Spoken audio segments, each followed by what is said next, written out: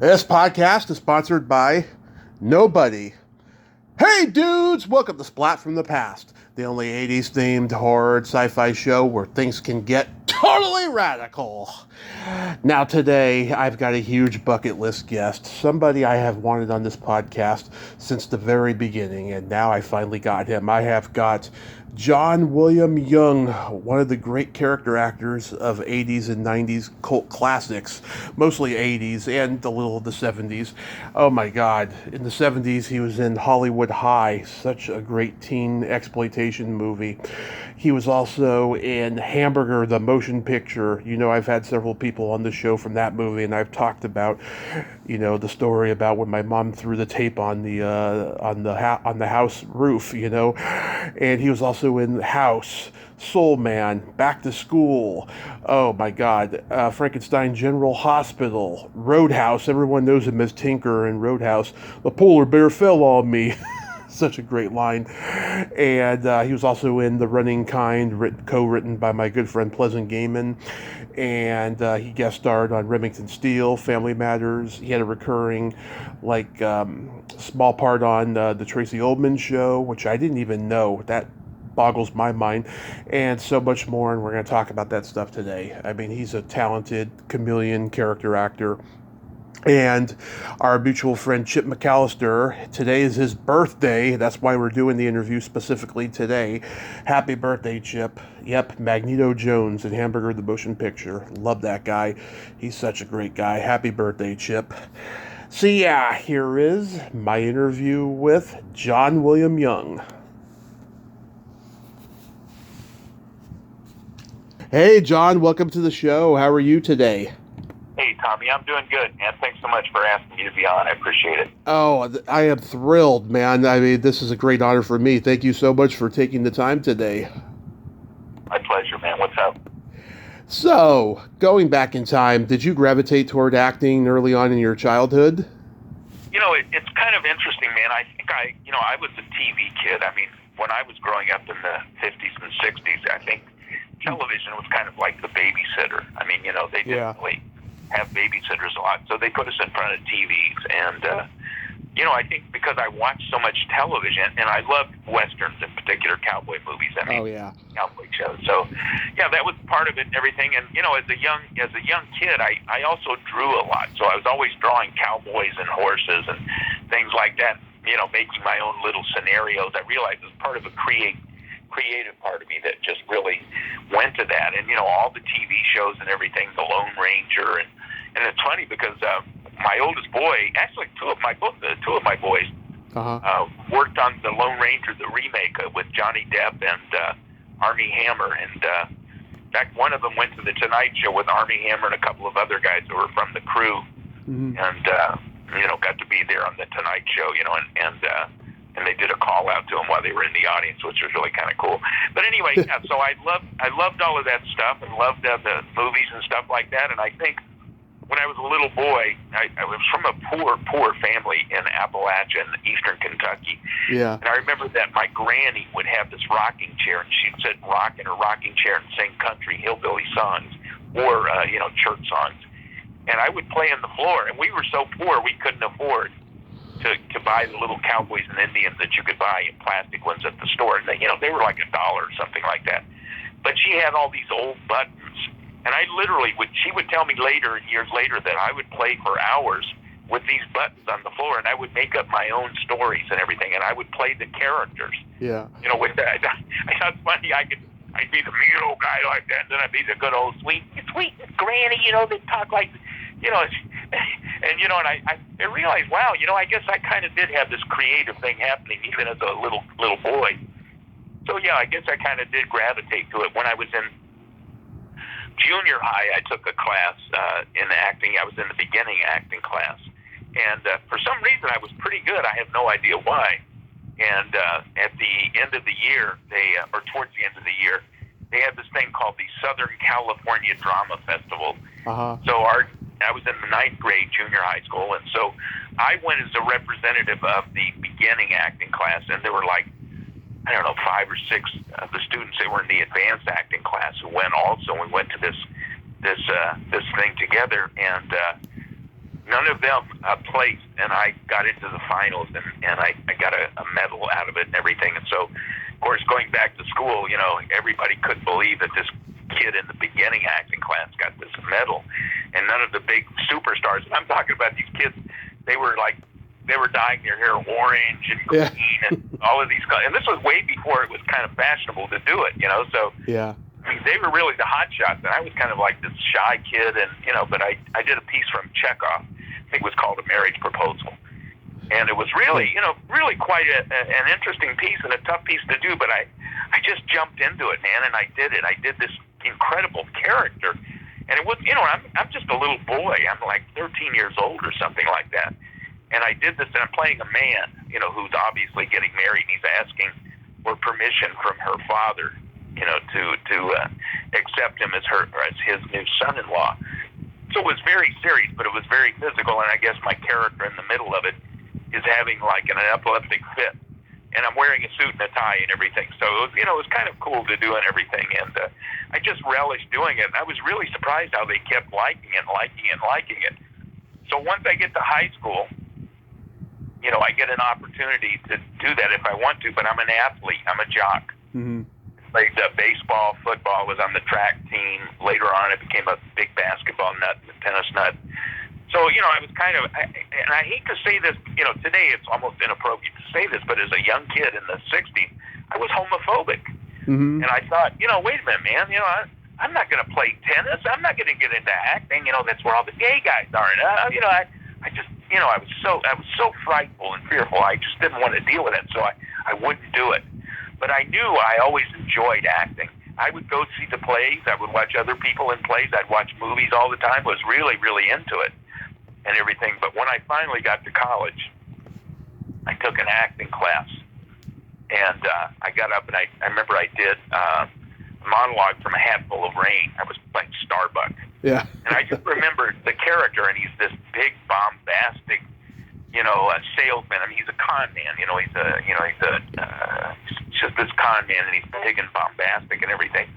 And I just decided, okay, I understand who he is and everything, and I memorized all the lines, and I got them all down pat, you know, 100% and everything. Then I got up there, and I kind of played this bombastic, you know, kind of braggart kind of guy, you know, down comes the rain, rain in buckets, rain in barrels, fill in the lowlands, blood in the, you know, and I just had such a blast doing it. And I was entertaining myself more than I was entertaining anybody else. And I knew it was going pretty good. And when I finished, and this hadn't happened in this class, there was about 80 kids in the class, and the class stood up and applauded for about 3 minutes. And I remember thinking, what? Oh my God, what? And I looked around the room, and there were about 30 really good-looking girls in the class, and I thought, you know what, I think I could do this. So I stuck it out and everything, and, you know, and before long, and I was actually a poli-sci major. I was going to go to law school. And the only reason I got into that class was because what do you call it, an advisor, college advisor had said, why don't you take this acting class? You know, you could, you know, it's probably a guaranteed A or B. And, you know, and I was carrying a 4.0 GPA at the time, and I didn't want to take it at first because I was afraid I'd get a B. I didn't know it was going to be that good. But I took it anyway because she had suggested it, and I got to the class and realized it was pretty good. And, you know, within a short time, it was kind of like the darling of the college, you know, that I was at. It was the Santa Monica College, which was a JC at the time.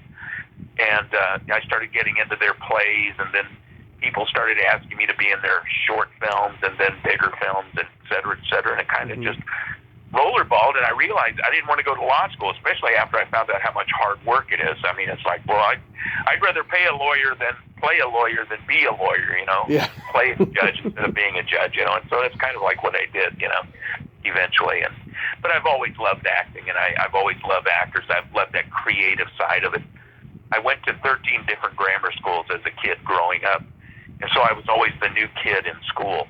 So I realize now, looking back in retrospect, that I was probably trying to figure out a way to fit in every school I went to. So if I had to be the jock at one school, I'd be the jock. If I had to be the egghead, you know, thankfully I was smart enough that I could pretend like I was an egghead, so I wouldn't. If I had to be a social, I'd be one of the cool kids.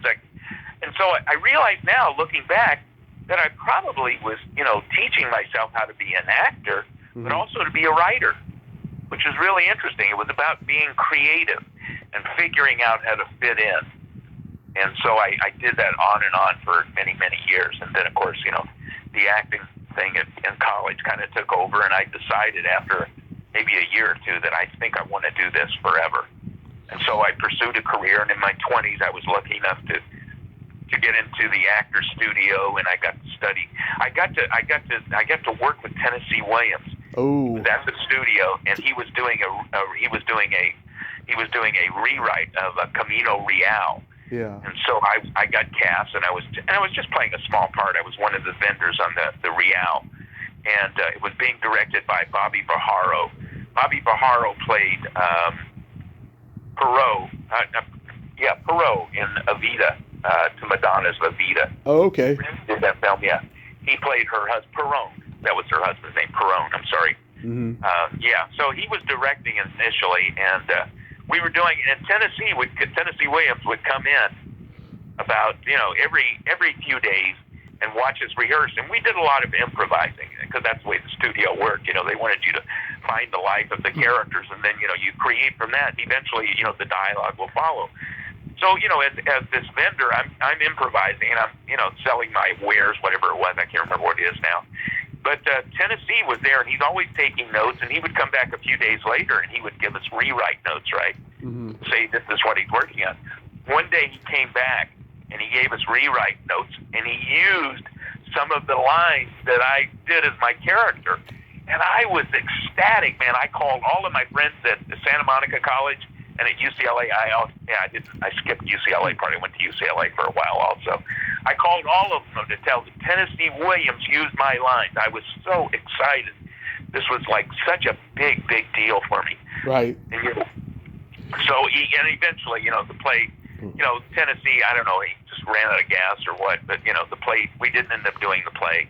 And later on, I kind of found out that, they always rehearse everything at the Actors Studio, and plays rarely ever went on. God, maybe it's changed today, I'm not sure, but back then it didn't. But it was a good opportunity, and I got an opportunity to see Barbara Streisand do a scene with Sally Kirkland from Romeo and Juliet. I know Sally, yeah. I got to sit between Robert Duvall and Harvey Keitel with Sidney Pollack in front of me. Bruce Dern and Shelley Winters used to moderate many times when Strasberg wasn't in town. Oh, yeah. So, and I had no idea what I had. I got to meet Marty Ritt. I got to meet... what's his name that directed on Golden Pond? I'll think of it. Mark Rydell. Mark Rydell, yes, Mark Rydell, yeah. Sweetheart of a man. And I got to meet a lot of Salome Jens. I don't know if you know who Salome was, but was a wonderful star like in the 50s in movies. Sounds familiar. Got to meet other people, yeah. Grant Williams was one of my mentors early on. He was the incredible shrinking man in that original movie. Oh, yeah. Yeah. Yeah, and he was really interesting because he taught me the method. He was one of my early mentors and teachers, and he actually helped me get my first agent. It was his agent, and he introduced him to me and said, someday they'll be writing. In fact, he told Tennessee Williams that, Tennessee, this is John Young. One of these days, you're going to be writing for him like that. And Tennessee grabbed my hand, he shook my hand, and he said, oh, my, John, it's such a pleasure to meet you. Oh, my, you have the most beautiful blue eyes. And then he hung on to my hand for a long time. I finally thought, oh, yeah, that's a little uncomfortable. And I rolled away, and I walked away, and I said to Grant, I said, was he trying to pick me up? And he goes, yeah, I think so. I said, and he never did. He was as sweet as could be and was, really, really a nice man. It was really wonderful to work with him. I feel so lucky that I had so many wonderful things going on early in my career and had no idea. I just felt like I kind of belonged, Absolutely. Who were your classmates at the Actors Studio? Oh, my God. Well, Harvey Keitel, of course. Robert Duvall was there a lot. Lee Grant. She was moderated quite a bit. Shelley Winters, Bruce Dern. Bruce's ex-wife, Diane Ladd. Let's see, who else? Salome Jens. Cindy Williams from... Laverne and Shirley, yeah. Yeah, from Laverne and Shirley was there. And, of course, I'm an old guy now. I'm in my 70s, so, I'm probably mentioning a lot of people. Some of your young listeners have probably never even heard of. I think Robbie Benson was there for a while. I don't know if you remember him or not. Of course, yeah. Yeah. And a really good friend of mine, Alan Garfield. I don't know if you remember. Oh, yeah, Alan Garfield. Alan Garfield was one of my best friends. We used to play poker a lot on Friday nights. Mm-hmm. So I used to go and play poker with him. He loved to go to the horse track and everything. And it was terrible because he would make these big movies and he would make all of this money and then he would go gamble it away. And I'd get on his case. I'd go, we go to like the deli or something and go, hey, Johnny, can you loan me a few bucks, man, for his sandwich? And I go, what are you talking about, Alan? You make 10 times the money I do. And he says, yeah, but I lost it all at the track. I'm like, okay, all right, buddy. Hey, I'll buy it this time, man. But, next time you got to buy me. And he would. If he had money, he was always so gracious and everything. But he was one of the guys that kind of, I was the kid at the actor studio at the time. I was like 21, 22 years old. Mm-hmm. And, the next closest person was probably Sally Kirkland. She was probably like 9 years. She was like maybe 30, 29 or something when I was there. And, and then Alan was probably 32 or 33 at the time, I'm thinking, something like that. So most everybody else was like their 40s, 50s, 60s, 70s. I mean, it was really a hodgepodge, though. But, I'm so grateful. I mean, it was free. I mean, it was for, Oh, yeah. It was for professionals. And they had a director's unit, they had a writer's unit, they had an actor's unit. I took fencing while I was there. I took voice while I was there. What else did I do? I mean, I learned all of the exercises. Strasberg, I learned how to do effective memory, emotional recall, so many different. Of course, the song and dance was Strasberg's favorite, and so we did the song and dance a lot. And years later, I studied with Milton Katselas at the Beverly Hills Playhouse. And he would do song and dance as well. And I knew that Milton was from the studio originally. So he, and in fact, in his class, Patrick Swayze was in that class, and Lisa and Nene. So I knew them, Lisa and Patrick, before I ever did Roadhouse. And eventually, I'll get to that story about everything. And in that class, we also had what's her name, Bart Simpson and Nancy Cartwright. Yeah, Nancy Cartwright, who was a wonderful sweetheart. I mean, she was in Peggy Fury's class. Oh, was she in Peggy Fury's? Here's a great story. Uh-huh. She comes up to me one time, and we've been in class a couple of years, right? She says, hey, John. Yeah. She says, you do these incredible characters and voices and all this kind of stuff. She said, would you like to take a voiceover class with me? And I said, well, what is that exactly? And I really didn't even know. And she said, well, you're not on camera. You would be, behind the camera, you'd be creating a character. She said, I do cartoons a lot, things like that. I'm taking this class. And I said, well, Nancy, I've done a few of those already. I said, but I did like announcer kind of things and everything. She said, yeah, it's the same exact thing, except you're doing characters. And she said, you're good at characters. You'd be really good at this. She said, this guy is charging like $10 a class. And we were at the Beverly Hills Playhouse at the time. We were kicking out like $280 a month. So, and that was like 2 classes a week. So that's 8 classes for $280. So that obviously is a lot more than $10 a class. She said it's a great, great class, and this guy that's leading it is incredible. She said, I'm learning so much. She goes, I know you'd be really, really good at it. And at the time I was married, and we had one baby, I think, and I think our second baby was on the way. And I was doing 2 classes, and I was working all the survival jobs to kind of stay afloat as young actors do. And I just said, Nancy, I don't have time. I don't know when I'd be able to do it. And she kept after me for a whole year. John, when are you going to come to the class? When are you going to come to class? And I just said, I can't come. I can't come. And eventually, I got a big agent, and he was on Sunset Boulevard in the last big building in Hollywood before you get into Beverly Hills, right? And overlooking all of Beverly Hills. And he was like on the next to the top floor. And so one day I was going there. Back in the old days, you had to drop off pictures and resumes at your agent's office. Right. And they would have to send them out to casting and producers and stuff. So they had called me and asked me to bring in a bunch of pictures and stuff. And so I'm there at the building, and I'm getting ready to go through the door, and out comes Nancy. And I said, Nancy, what are you doing? And she said, oh, I just, and it was like 11 o'clock in the morning, right? Mm-hmm. And she said, I just did a couple of jobs upstairs. I did like Ninja Turtles, Ninja Babies, and something else. I don't remember what it was like that. And she said, yeah, I got stuff I got to go do now. And I jokingly said to her, I meant this as a joke. I didn't mean to to be an idiot, But I said, so what are you going to do now? Go make some real money?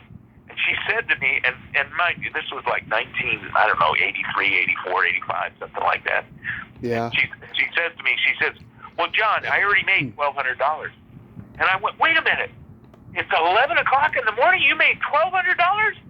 And she said, yeah. And I said, oh, my God, you got to give me that guy's number. I got to call him and take those classes like that. She said, John, I'm sorry. He just passed away. And I was like, what? She said, he just passed away. And I said, oh, my God. I said, Nancy, what was his name again? I know you told me, but I can't remember. Mm-hmm. She said his name was Dawes Butler. Oh, yeah, Dawes Butler. He was her mentor. Dawes Butler was the voice of Huckleberry Hound, Yogi Bear, Snagglepuss, Captain Crunch. Yep. Peter Potibus, Yogi. Yeah. Yeah. Anybody that Mel Blanc didn't do famously, it was Dawes Butler. And I was kicking myself the whole time. In fact, I remember that when Nancy got the gig on The Simpsons. I was doing the Tracy Ullman show first. Well, right. The Simpsons came from the Tracy Ullman show. Tracy Ullman show was a sketch show. There were 2 sketches that were done, and we got 22 minutes to fill, right, or half hour. Right. 8 minutes were commercials, so 22 minutes was the show. And the show was 2 skits, and we would be in the makeup chair, and they would bring in rewrites. And they had some of the greatest writers in the world: James Brooks, Heidi Perlman, Ken Eston. Great writers. In fact, Wally, what's his name? Wally, and a good friend of mine is on there now, and I can't remember his name. I'm sorry, I draw blanks like this every once in a while. Okay. But anyway, great writers, and they would bring in rewrites as we're in the makeup chair getting ready to go on. It's like, come on, man, are you kidding? But we'd do our best. So sometimes we'd improvise a little bit. Most of the actors were improvisational actors, and so we would improvise a lot. But sometimes it would come in instead of 22 minutes, it would come in as 20 minutes and 45 seconds. Mm-hmm. So they decided, since we got a minute and 15 seconds to fill, let's do this little cartoon about this kid named Bart. Yeah. So that's how The Simpsons started. So for 2 or 3 seasons, I was on there for 3 seasons, and they had a recurring character. They would do these cartoons. And Bonnie Petilia, who was the casting director at the time, I think now she's executive producer of The Simpsons, but she said to me, John, you do these great character voices and everything. Would you like to do our little cartoon? And I'll be honest, man, I didn't say this, but I was thinking about it in my head. I was thinking, and I'm brushing off my shoulders right now as I'm telling you this. I'm thinking, I'm an on-camera actor, man. I'm not a cartoon character. And that's what I was thinking in my head. But I said to her, sure, Nancy, Bonnie, whatever you need, just give me a holler and let me know, and I'll come in and do it. And instead, if I would have just said, Bonnie, I would love to do that. That would be so much fun. I realize now I could have been on the longest-running television show of all time, The Simpsons, which eventually became, what it became and everything. Of course. When Nancy first got the job on the Simpsons, the cartoon version, when it was on Tracy Ullman's show, I remember thinking at the time, oh, almost like petting her on the head or on the shoulder, saying, oh, good for Nancy. She got this great little job and everything. Little did I know that this was going to turn into this beautiful monster, that it became and everything. And always so good. And, Danny Castellaneta was Tracy's right-hand man. Great guy. I sent him a fan letter 20 years ago, and he sent me an autograph. He didn't have to do that, but he did. He's a good guy, man. He and I used to talk about my children. In fact, Tracy used to talk about children. She had her baby. I'm trying to think. She was, I don't know, how old was she at the time? Maybe 5 or 6 or something like that. And I'm drawing a blank on her name, too. But she would always ask me she would say, Johnny, how with the kiddies? Julie Kavner. Yeah. But Julie and I are still, Facebook friends. Mm-hmm. So every once in a while, we'll say hello to some, get a heart or a like or something like that. Right. But Julie also was a really great. In fact, the funny thing about Julie is we had been working together for a couple of years, and at one point I turned to her and I said, Julie, what part of New York are you from? And she looked at me with this kind of strange look in her face. She goes, I'm from San Diego. Yeah. Like, what? Yeah. She has a very, very New York Jewish accent. Yeah. And she said, well, all of my family is. She said, but Johnny, I'm from San Diego. Yep. I had no idea, but also a sweetheart, a really good actress. In fact, when hooked up against on Facebook. She gave me a nice compliment. She said, I remember you were very good on that show, the Tracy Ullman show, which was a nice compliment to get from one of your fellow actors, So, she didn't have, again, what's his name, Dan Castellaneta, she didn't have to say that. She did. It was really nice to hear that and everything. So, anyway, I don't know where I am in this story, but, I realized, and eventually I started doing a lot more voiceover work in my later years and everything. But right. I wish I would have taken advantage of that situation. Ned Beatty became one of my favorite actors for a lot of reasons. Obviously, because we both were a little overweight, and he had told me one time that he never turned anything down. And I had gotten to the point with my agent where if they weren't going to pay the money, that we would say no, and usually they would come back and try to renegotiate with us. But it was getting to the point in the early 90s that they wouldn't do that anymore. But I talked to Ned Beatty about it, and he says, I never turned him down. He said, why, John? And I said, why? And he said, the movie Network? And I said, yeah, you were great in Network. He goes, that was a day player job. It was 1 day's work. He said, I came in for 1 day's work, and I get nominated for an Oscar. And I'll never forget that. And I thought, oh, my God, I've made mistake after mistake, because I started turning things down because of my agent. And I get cast one time in a movie as the buddy of George Carlin. It was a television movie, and I was his best friend. Oh, yeah. Buddy. And anyway, I got cast, and Andrew Sugarman was the producer, and he was a good friend of mine, and he knew my work and everything. And Melissa Scott cast it, who had cast me in about 4 or 5 movies already and things, and she liked my work too. And they didn't come back and renegotiate when we turned them down. And I was trying to figure out what the heck happened and everything. And years later, I found out that my agent actually dropped the ball, and I thought maybe it was Melissa, or it was Sugarman, Andrew. And Andrew, I talked to within a couple of years. He goes, Johnny, he says, I swear to God, I didn't know, man. If I would have known, I would have told him, give you the money. Because you're my friend, I like you, man, and, it's not that much more money that would have made that big a difference to the budget and everything. So he said, I didn't know. And then I ran into Melissa Scott, like even many years later, like 20, 30 years later, something like that. Mm-hmm. And she said, Johnny, there was an offer on the table. Your agent never got back to it.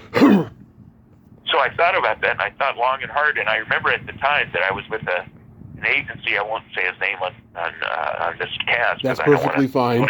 But he said, he told me at one time, he said, and he had people like Jonathan Winters was his client. Right. What's her name that used to dance with Fred? Ginger Rogers. He had all of these stars. And he told me one time, he says, you're the only client that I have who's not a star. He said, but you're a good actor. And he goes, I like that. And everything. And I thought about that years later, and I realized that he was doing the star approach with me, and I wasn't a star. I wasn't a name. And I think he was approaching, it as if I was already. And I think that's maybe why, when it got to that point, maybe he thought that they would come jumping back to get back to him to offer me the job, and they didn't. And he just didn't take the initiative because, the kind of money I was getting at the time was a lot less than what Ginger was. In fact, I was sitting in his office one time. This is a great story. I was sitting in his office one time, and we were talking and everything. And his assistant comes in and says, we got Johnny Winters is on the phone like that. He goes, John, hold on a second to me. He says, hold on, I got to talk to Johnny. Yeah, Johnny, yeah, okay. Yeah. No, okay, no, Johnny, no, they offered it. No, they did. They came back. They offered. Yes, they did, John. Okay, yeah. Okay, yeah. Okay, no, Johnny. Oh, yeah, okay. All right, we'll do that. Okay, yeah. He hung the phone like that. And I said, and he gave me kind of a frown. And I said, what happened? He goes, Jonathan Winters. I did a movie called Hamburger. I think that's why you called me, right? Yeah. Yeah. One of the reasons, yeah. But anyway, he said, Jonathan Winters, they offered Jonathan $100,000 to do Hamburger. 1 week's work. And he said, and that Jonathan told him that's what he wanted for 1 week's work. Man, this is like 1985 or whatever it was. Yep. And so so they thought about it, and they took their time, and they finally called back and said, yes, tell Jonathan that we'll give him the money. So Barry had evidently called and left him a message saying they're offering him the money. Jonathan called back, and while I was sitting there, told Barry, my agent, He said, Barry, I'm not accepting it. They took too long to say yes. I thought, wow, that's incredible. Then the same week, I was there a different day.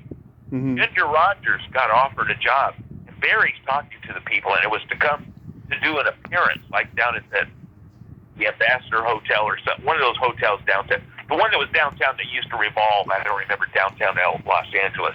Yeah. But all she had to do was come to this luncheon, and they were going to introduce her, and all she had to do was get up and say, hello, everybody, I'm glad you're here, and then sit back down. And for this luncheon, they were going to pay her, and she could leave if she wanted to. They were going to pay her $12,000. That's what they offered her, right? Yeah. And Barry went, no, she doesn't work for that kind of money. $12,000, not enough. And he goes, no, I'm sorry. Look, listen, I got to go. I got another call. He hung up on him like that. And I said, wow, Barry, that's a lot of money for just showing up, maybe, having a cocktail and then leaving. And he said, no, he goes, no, we're going to get at least 15 from her. He says, I'm going to let him wait a couple of minutes, then I'll call him back, everything like that. Right.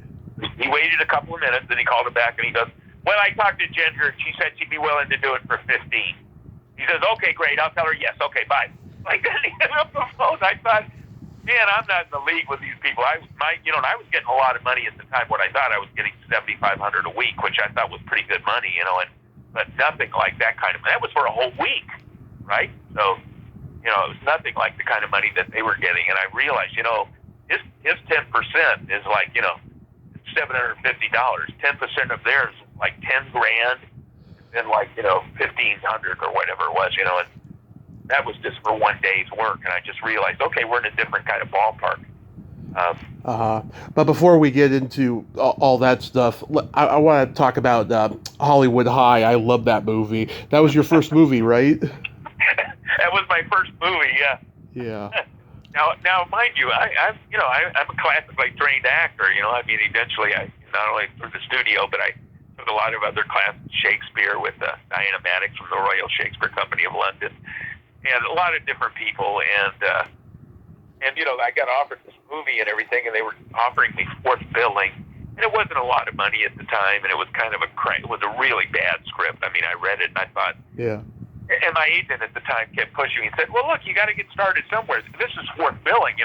Most actors don't start off with a movie with fourth billing. And I thought, all right, I'll do it. And she said, and by the way, the girl who's playing your girlfriend, she's a Playboy bunny. And I thought, okay, I'll do it. So anyway, and I just got married, and I thought, well, that was maybe not the smartest thing to do in the world, but I did. And of course, the movie was, it was extremely low budget, and but it was fun. It was fun to make. In fact, the girl who played my girlfriend in the movie, her best friend was a Playboy bunny named Patty McGuire. Yeah. Who married Jimmy Connors, the tennis star. Yeah. And she would come to set, quite often because she and Marcy were really good friends, and so it was a lot of fun to see them and everything. And, and I was playing tennis at that time. I'd started playing tennis a lot. I loved tennis. Mm-hmm. And I was playing a lot. In fact, that would help keep my weight down at times. But you like Hollywood High, huh? Oh, my God. Oh, yeah. I love all those teen sexploitation comedies, especially they're in the 70s. There was the Swinging Cheerleaders, Malibu High, Van Nuys, Gas Pump Girls. Right. There were so many of them. Well, Van Nuys Boulevard, a friend of mine, yeah. Bill Adler was in that. He was one of the stars of that. Did you know Bill Adler? You know who he is? I know Bill Sachs, the director. Oh, okay. Well, Bill Adler, I'm trying to think how, yeah, it was Van Nuys Boulevard, I think it was. Yeah, it was Van Nuys Boulevard. Right. Yeah, but there was a whole bunch of those. It's funny, and I don't know, can we cuss on this network, on this show? I'm sorry? Can I cuss on this show? Oh, fuck yeah, you can. Okay. So those kind of movies back then, we would call those titty flasher movies, right? Because all of a sudden, like in Hollywood High, all of a sudden the girls are flashing their boobs for no reason. I mean, there's no love scene or anything. They're just flashing their boobs, right? Yeah. So there was a whole bunch of them that were in that genre, and eventually, I guess they kind of died out because I think, I even had a hard time because on Hollywood High, we had a scene where all of us were nude in the van together. There were 4 guys and 4 girls, and we're all in the van together having an orgy because orgies were kind of popular in 1973 or 4, whenever we shot it. So, so it was kind of like a hip thing to do, and I didn't want to do it. And Patrick Wright, the director, he came over to me. He goes, "What's wrong?" And I said, "I'm studying Shakespeare, for crying out loud, Mm-hmm. I'm at the actor's studio, Patrick, I can't do this, man. I mean, I've got a grandmother that's going to cry if she sees me doing this." And he goes, "Johnny," he goes, "you remind me a lot of myself when I was a young actor." He goes, "Listen, man, you just have to make up your mind. Are you a professional or not?" And, let me tell you something, Tommy. That's all it took, man. He had me, man, and it was like, oh, my God. And he goes, "Listen, no, seriously, Johnny, we're going to shoot this in such a way that it's very, very dark and silhouetted. Nobody will be able to figure out who is who and everything like that." So you look like Sam Kinison in the movie. What's that? You looked like Sam Kinison in the movie. I worked with him. I did Back to School with Sam, yes. And I knew Sam from the Comedy Store also. Oh, yeah, a lot of people did. Oh, my God, there's so many stories out there about that guy. He was my hero growing up. I loved Sam. Well, the funny thing was, when he first came in and started doing stand-up at the Comedy Store, I was hanging out with a bunch of the comics then, and Robin Williams and a bunch of guys. Yeah. We would sit in the back, and we would see Sam, and we all thought, this guy's got one joke. Ah! His face turning, and, and a lot of us were joking. We'd say, hey, we were taking bets. I'm like, when's this guy going to pass out finally one night from doing that? Because it was always part of his act. It was a big part of his act. But here's the great thing about Sam. He stuck around, and he kept working, and kept working, and he got better and better and better and better. And when he got to that point when he was doing that bit about, the starving people in Africa. Oh, yeah. And he'd say, "Go to where the food is!" Go where the food is, yeah. You see this? This is sand. Yeah. You know it's going to be 10 years from now? It's going to be sand! Yeah. Exactly, yeah. Yeah, but he really became such so funny, man. And for whatever reason, man, he attracted women like you can't believe. I mean, it was like, wow, Sam. And it's because he had his own unique style. Yeah. He was a true original, that guy. It's so sad, but he had to go out the way he had to, with his wild recklessness, unfortunately. That was also Susan Severid's first movie too. What was she like? Suzanne? You mean Suzanne? Yeah, Suzanne Severid. Yeah. Yeah. Yeah. She was a sweetheart. She was married to an older gentleman. In fact. We filmed. He had a house on not past Zuma Beach. Well, I can't remember what it's called now. There's a beach that's north of Zuma Beach. Venice. We did what was it called? Venice. No, Venice is south. Oh. Zuma Beach is like north of Malibu. Oh, okay. And there was another beach that he had a house on this beach. It was north of Zuma Beach. It was like maybe Palisades. Oh, no, it was even further north of that. It was probably 30 miles up the coast. I see. From like Venice and Santa Monica Palisades, I can't remember what it's called right now, but he had a house there, and we shot a lot of the beach scenes, outside his house and everything, and he was an older gentleman, so, and she was young and beautiful. I mean, she really was a gorgeous girl. In fact, she was like a Jennifer Aniston. She had that kind of looks and that kind of a charisma and everything like that. And she was a sweetheart, man. I really liked her, and I can't remember her boyfriend's name at the time, but he was a really sweet, very kind of hip dude. He was older, like a white goatee and everything. He was tall.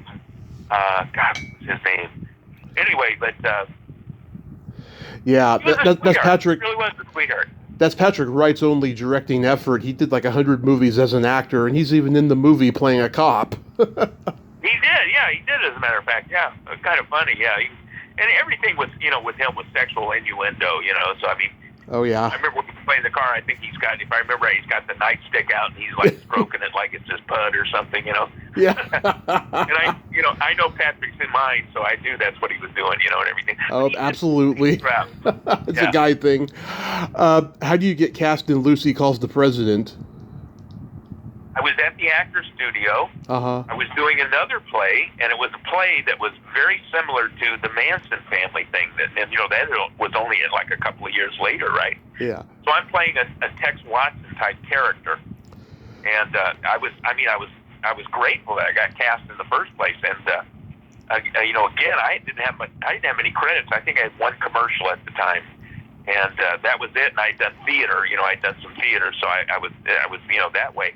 But anyway, I was in it in the show, and for whatever reason, this director was an older gentleman also. Mark Daniels was his name. Yeah. And Mark, he just really took a liking to me and everything, and I could tell he liked me as an actor, and I was just trying to be natural. I was just trying to figure out what would this character that's like Tex Watson be like and everything, you know. So I kind of played him like that, a lot like myself, but I was just trying to be natural as much and everything. And at one point, there was an older actress that was in the play also, and I can't remember her name, but she was an actress who was a fairly big name at one time, but her career was pretty much on the downslide. And anyway, at one point, somebody came in, a PR person came in and wanted to get all of our resumes and our bios and to know what guilds we were in and everything. And yeah. At the time, I was just getting ready to join after, but I hadn't joined it yet.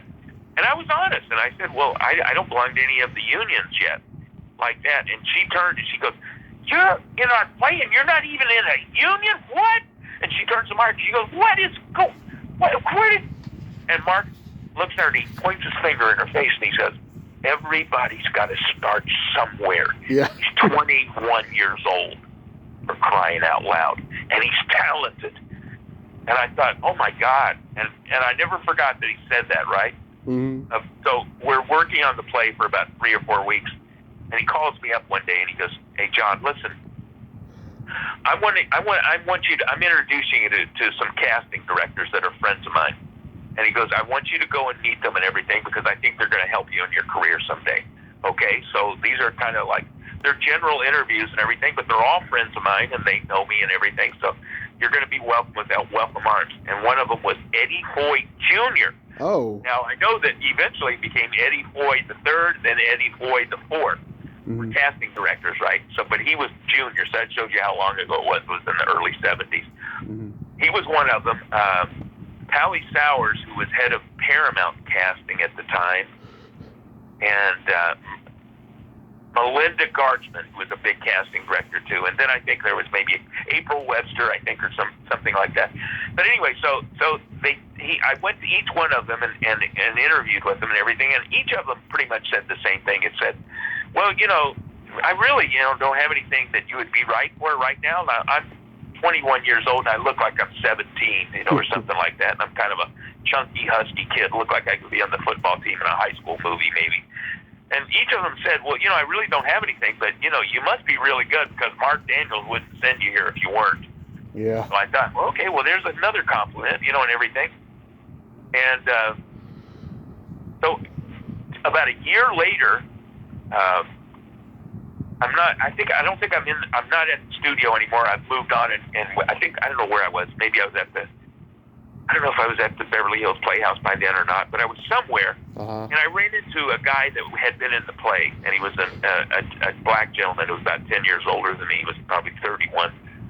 And I said, hey, and we, you know, it was like we hugged each other. It was so good to see each other. I go, how you doing? What's going on and everything? And I said, well, I got this agent. I got, you know, a couple of things, movies going on and stuff like that. I did a couple of TV pilots. They didn't sell, but been doing a ton of commercials, you know, been doing a few plays, et cetera, et cetera. How about you? And he said, you know, just kind of doing the same thing, having to work the survival job. And I said, well, yeah, I'm doing that too. And I said, you know, by the way, do you have Mark Daniels' phone number? I never did get to thank Mark for sending me all those casting people and everything. And I just wanted to call. He goes, yeah, I do, man. He gave me his number.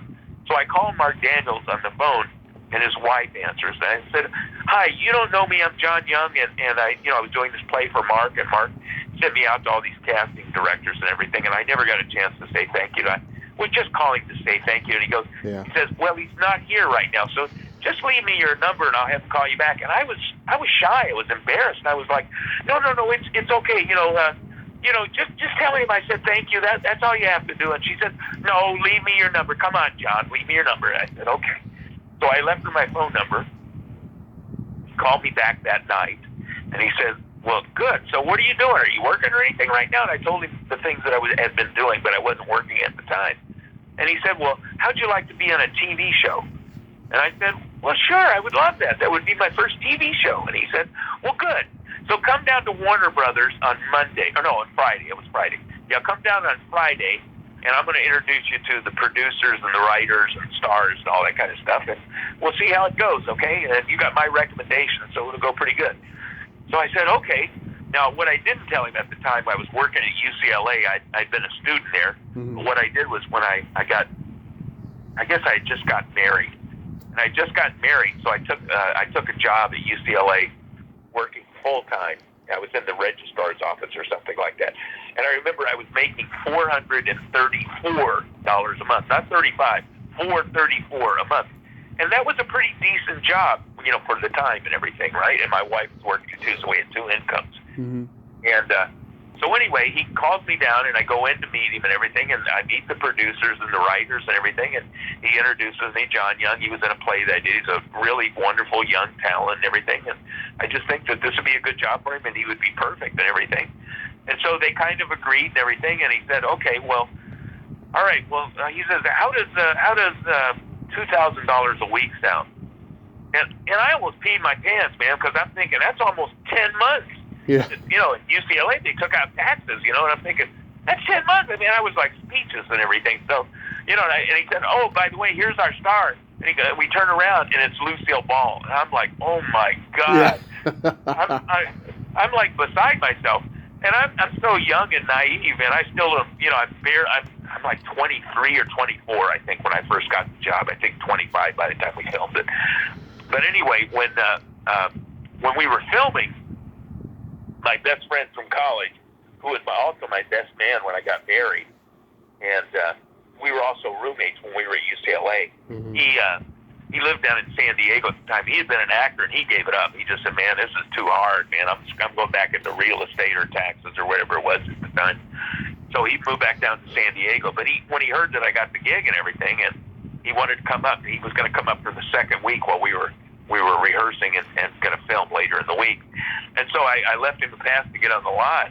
And I was so broke at the time, actually, it was before I got married. It was right before I got married. Now I remember, okay. It was right before I got married. And I remember I was so broke that I was literally, because we had to eat dinner or eat lunch at the commissary. You have to pay for your own lunch at the commissary. Mm-hmm. Now, if you're on location, they bring it for you, and you don't have to pay for it. But I was so broke that I wouldn't go to the commissary because, you know, it was money out of my pocket. So I would just hang around the studio, and I would be outside the studio, and I'd be playing my harmonica. I was playing harmonica a lot, taking lessons from a guy from the Harmonic Cats, mm-hmm. Which was a big deal. But anyway, I'm playing my harmonica, and this is like on the Monday after the week we'd already worked. And all of a sudden I hear someone go, John! I look up, and it's my friend Jeff, right? And he's getting closer and closer, and as he's getting closer, he goes, man, I knew I was getting closer. I just passed your parking place, and I passed your trailer. And I went, I have a trailer? I have a parking place? He said, your parking place is right next to Clint Eastwood's. It says, Clint Eastwood, John Young. And I said, get out of here, man. Are you kidding me? I had no idea because I didn't go through the casting directors. Everybody assumed that I was told I had a dressing room and that I had a parking spot, and I didn't know. I was parking off the lot, and I was you know, I literally like I could have been in and it was like 105 degrees out, and I'm out leaning up against this tin studio at the time, and it's hot, and I'm sweaty and everything, and I could have been in a trailer with air conditioning, and it had its own kitchen, a bed I could lie down in, its own bathroom and everything. And for a whole week, I'm doing what I'm doing, but I just didn't know. I was that naive, you know, and everything. Yeah, but it had to have been like a career highlight to be on that set with Lucy and Steve Allen and Vivian Vance and Gil Gordon. I mean, just amazing. Yeah, and you know who else? Who played Lucy's husband on that show? Who? Johnny Carson's sidekick. Oh, Ed McMahon. That's right. He was in that. Yeah. Yeah. Ed McMahon. Yeah. So yeah, it was really a lot of fun. Steve Allen one day, Gary Morton, who was Lucy's husband. Yeah. They had a piano, a big grand piano set off to the side. Mm-hmm. And so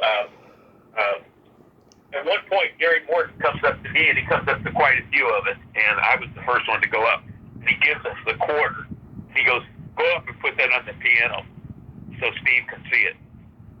So, of course, I had to do it. And, of course, I did it, and as soon as I did it, Steve Allen just started that famous Steve Allen laugh. I don't know if you remember, he did the... Yeah, I know that laugh. Yeah. Yeah, and he just thought it was the funniest thing. And he turned around, he knew that somebody else had put me up to it, because I'm kind of like the shy kid still, and everything. But it was a lot of fun. I got to be pretty good friends with Ed McMahon. I was on it. And Lucy became my mentor for about a year and a half. And she, after we finished filming, she actually, one of the ADs came up to me and said, Lucy wants to see you in her dressing room. And I thought, uh-oh. I was wondering if I was in trouble or something, and so I go in, and she starts telling me, she said, first I want to tell you how talented I think you are, and blah, blah, blah, and everything, and I think that if you stick around, you could have a long, long career in this business, you've got that much talent and everything. Oh. And then she said that I reminded her of her son, I can't remember his name right now. Desi Arnaz Jr. Yeah, right, Desi Jr., yeah. And then she gave me a bouquet of flowers. And she said, listen, I want us to keep in touch, because I think she said she was getting ready, or she already was like head of ABC talent development. And she said, I want to help you get your own TV series. Uh-huh. And so for about a year and a half, I kept in touch with her. I went to her house a couple of times. I got to go see her at ABC, which was on Olympic Boulevard at that time. Her office was. And, we kind of kept in touch, but, eventually, it didn't happen. And then, eventually, after a little bit of time, we kind of faded out and everything. And then, of course, eventually Lucy passed away. Oh, but that's sweet, though, that you got that experience, man. I did, man, and I'm really, really grateful, and I look at it, Kevin Dobson, I don't know if you know who Kevin Dobson is, but... I've heard of him. Yeah, he was Kovac. He was the young guy that was Kovac's partner, and then... Oh, yeah. He was on Knots Landing. He got nominated for a couple of Emmys, I think. Yeah. Anyway, he and I were talking, one time, and we were talking about our early careers, and I told him about mine and everything, and I said, man, I didn't realize how lucky I was as a young actor. And he said, Johnny, same thing for me. He goes, 25 years. He said, I was either on Kovac, Knots Landing, and he said, I had two other series that were my own series. He said, for 25 straight years, I had a lead on a primetime television series. He said it was lightning in a bottle. He says, there's so many of us that are doing that. In fact, he and I were friends like in our latter years. I was in my 60s, and I think Kev was in his, actually 60s and 70s, and Kevin was in his 70s. And we used to go to Dodger games together one time, and I got an interview for a movie. And he said to me, and this is a guy that's been around for years and years and years, and is a wonderful actor, wonderful artist. Mm-hmm. And I said to him, I said, I got an audition for a movie like that. And I said, it's not that big a part, but it's a nice little movie. And he said to me, he goes, lucky. I go, what do you mean? He goes, I can't even get arrested, man. He said, they just think of me as Kovac or, Knots Landing. He said, that's all they think of me as. He said, I can't get past that. I said, really? Wow, that's interesting. Okay. But, it made me kind of sad and everything because, so many actors, I mean... It's the power of TV. Yeah. I was at a party last night at Shane Black's house, and I was talking with a friend of mine, and, we were talking about, about mental health. And one of the things we were talking about, I said, I actually have seen actresses that, young actresses that are so talented, so beautiful when they're young. And then as the years go by, if they're not able to make a big name for themselves in that narrow window as actresses, they don't get hired as much. Now, maybe it's getting better today. It didn't for a long, long time. But I remember that there were a few of them that kind of became a little unstable mentally. Oh, yeah. They're out there. Yeah, and it kind of scared me a little and everything. And I thought, thank God as a man, most of the time as we get older and everything, that there's still some options for us, Yeah. Even though today it's a lot less, for an older white heavy-set male to get those kind of jobs. I've played judges lately. Well, I don't work much lately, but when I have, I've played detectives and judges. and I played a doctor once. I think twice. I guess I did.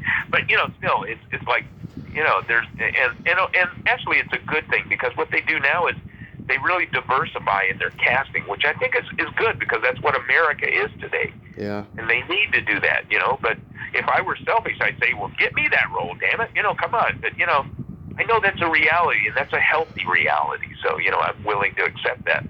But it kind of made me sad for Kevin, because here is a guy he literally was a star of television shows in 25 straight years of being like a star on a network television show, primetime television show. And here he was grateful if he could even get an audition for a movie, Right. So, I kind of understand. The other night, I watched your episode of the Tony Randall Show, and I was laughing so hysterically. It was on YouTube, and I'm friends with Penny. I'm friends with Penny Pizer. She's been on twice. I just love her. And tell me, was that a good experience? Something I'm going to tell you, man. Tony Randall made me feel like I was the star of the show. Yeah, you pretty much were in that episode. Well, thank you, man. I appreciate that. And I haven't seen that in probably 30 years. So is it on YouTube? How can I find it? Just type in the Tony Randall Show, and whatever the name of that episode was, it was called the Sylvia Needleman Experience. Yeah. Well, do me a favor. Would you text that to me after we get off, man? I will.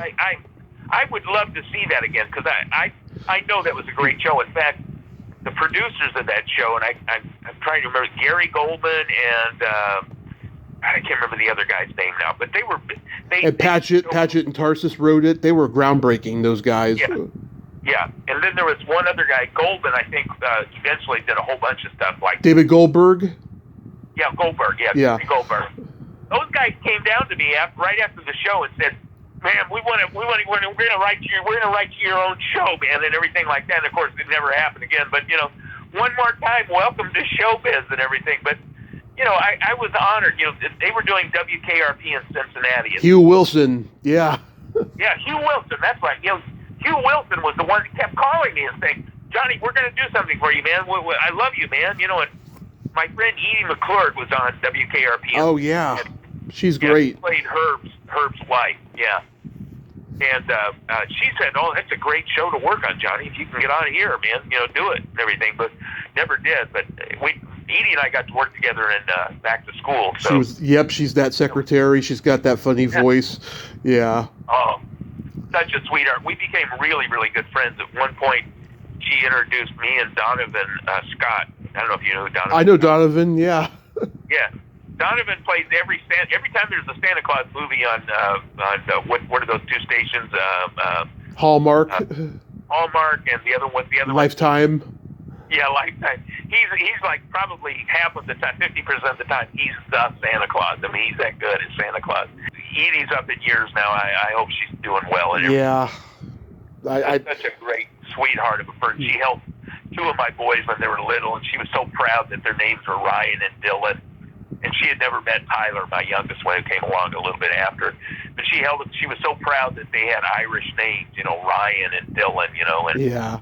Because Edie was Irish, and that was a big deal for her too. Yeah, I'm friends with all the groundlings. They've told me stories about her. Yeah, so now we get to Hamburger the Motion Picture. I'll tell you my story about how I discovered this movie at 3 years old. Okay? Wow. So my brother's 9 years older than me. He taped Police Academy 2 and 3 one afternoon and left the tape running. And the third movie was Spring Break, and the fourth movie was about 45 minutes of Hamburger the Motion Picture.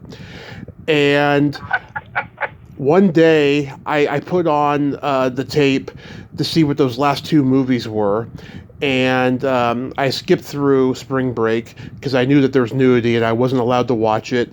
But then I put Hamburger on, and I see nudity in the first, 10 minutes there, with what's her name, Karen Chandler Mao and Lee McCloskey. Right. And my mom comes into the room. Oh, she throws a fit. I remember. How old were you? 3 and a half.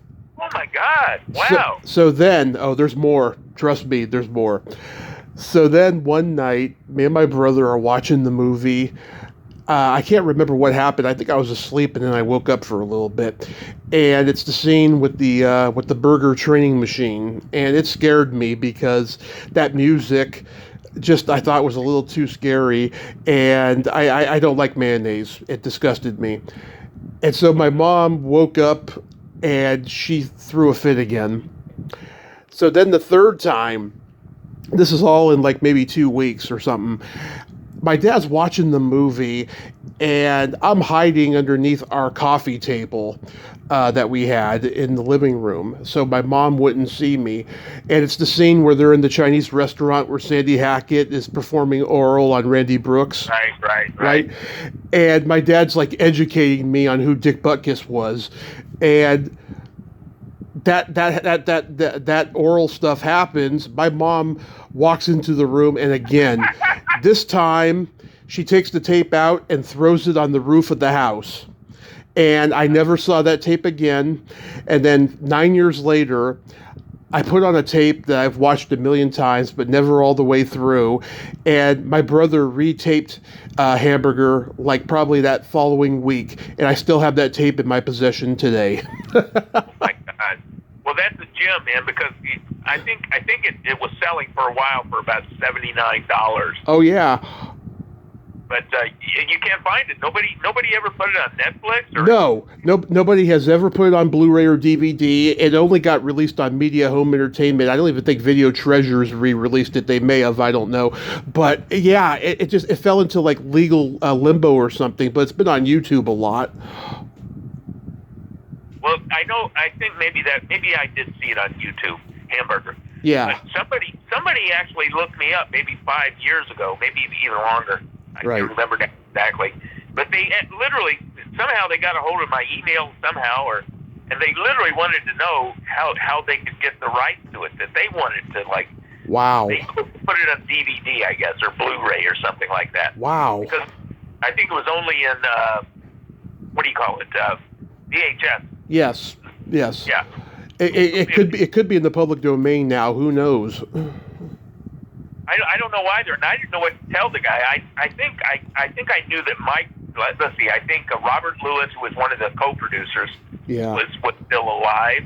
I know that the producers are both gone. I think I think the guy got back to me at some point and said I was able to hook up with Mike Marvin, who directed it. Yeah.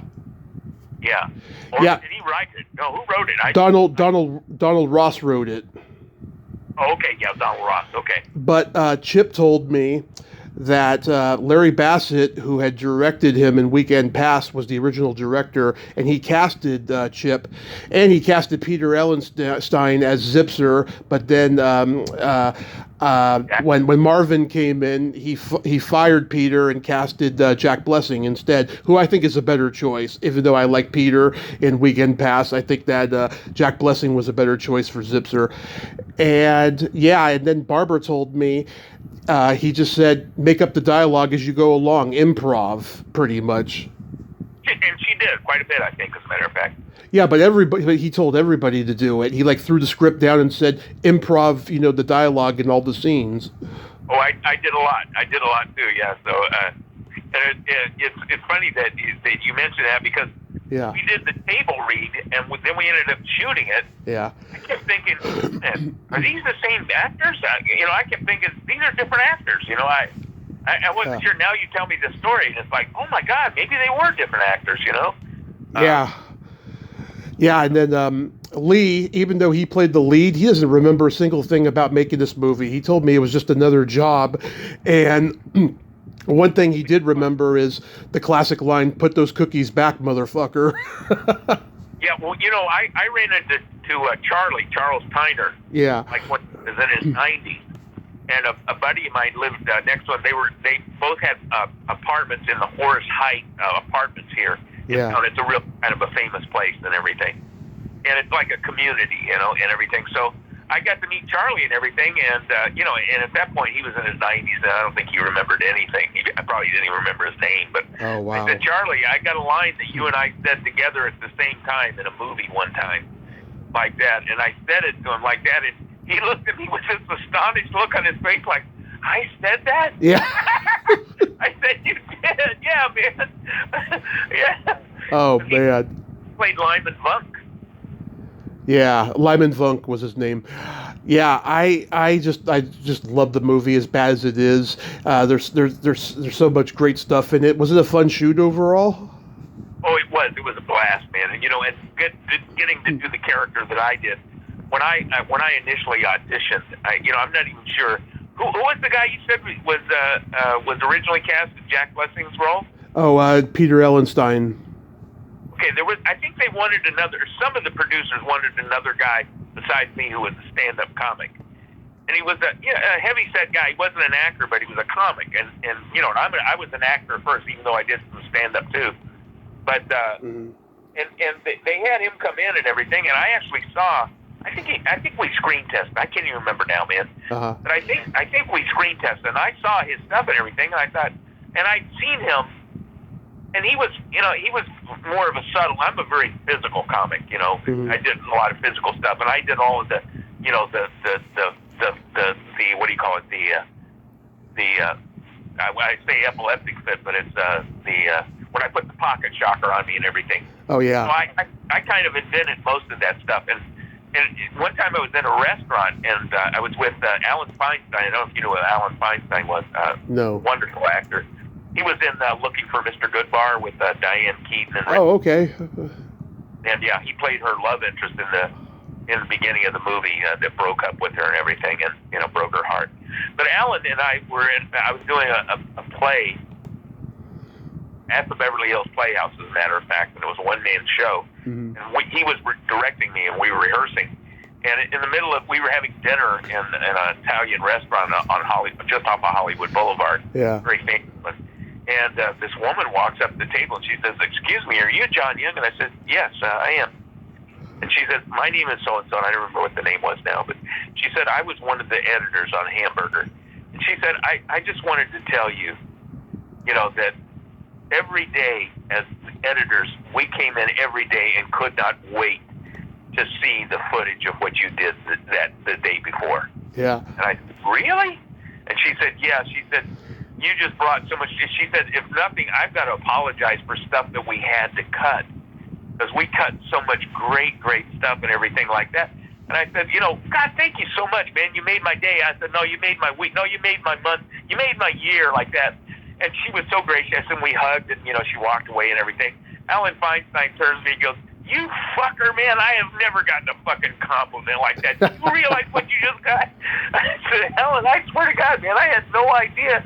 I said, "Look, the reason that maybe I was as good as I was, I had seen an interview with Jack Nicholson, like literally, right before I did the movie.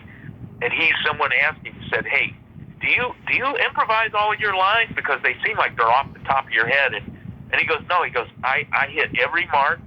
I do every line, but he goes, what I do is I bring something new to it. Either a nuance or, some kind of an imagery or some kind of an emotional thing.' And he goes, I just try to make every take fresh, so it's different, so that when they edit it, they got a lot of choices to choose." So that's basically all I tried to do, with Prestopopnik and Hamburger. I just tried to do something different and just tried to figure out how I could hit the marks that were important for edits. And I did. And I did most of the dialogue, but when they gave us free reign, which Mike gave us free reign at times to improvise. In fact, there's a couple of scenes in there that I kind of wrote the whole scene. Oh, yeah? I did write stuff. Oh, I forgot about this until just now. Originally, we were supposed to have a food fight. Uh-huh. If you saw Hollywood High, I was already in a movie that had a food fight, right? Right. So Mike Marvin, I don't know if he says to me or I say to him, but we start talking about it. I said, I've already done a movie with a food fight in it, man, and it's getting kind of old. I mean, they did it in Animal House. Yeah. They did it in whatever. There was a couple of movies and everything. And Mike was going, "Well, what do we do, man? Let's do something else. What can we do different?" And I said, "Well, Prestopopnik is always, spazzing out with this food thing and everything. How about if I spazz out on the dance floor and people think I'm doing a dance and they start copying my dance and everything?" And he goes, then I said, I'll move around. I'll start bumping into tables and knocking things over.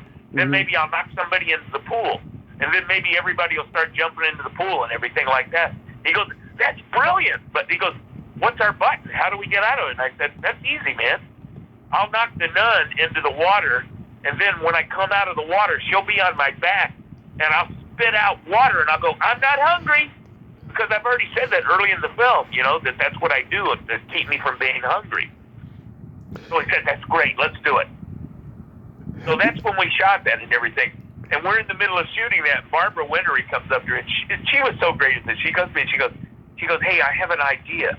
You know how your character's always eating. You're trying to get to the food table and everything, and the music's playing, and everybody's dancing. Yeah. I said, yeah. She goes, how about if I get between you and the table, and you're trying to get past me to get to the food, and when you realize that you can't get past me, that you grab my hand and twirl me away from you, so you can get the food. I said, let's do it.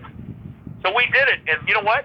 It's maybe my favorite moment in the movie. Oh, it's perfect. I love that moment. It's perfect. That was Barbara's idea. Yeah, I think she told me that too. Yeah, I love that moment. I crack up every time I see it. My favorite moment of yours is when the food club comes to the Buster Burger, and those two twin girls are like 37 Diet Colas, tea, and you look at them and go, Diet tea. It's so funny. Well, when the bus gets there and everything, and I love it when Preston Pop does. I can't remember if I improvised the line or not, but I looked out and I looked askance and somebody was either Sandy Hackett or Lee McCloskey, and I said, professionals. Oh, yeah, professionals. That's great. I love that. Then the little girl came in and had her hand in the cookie jar.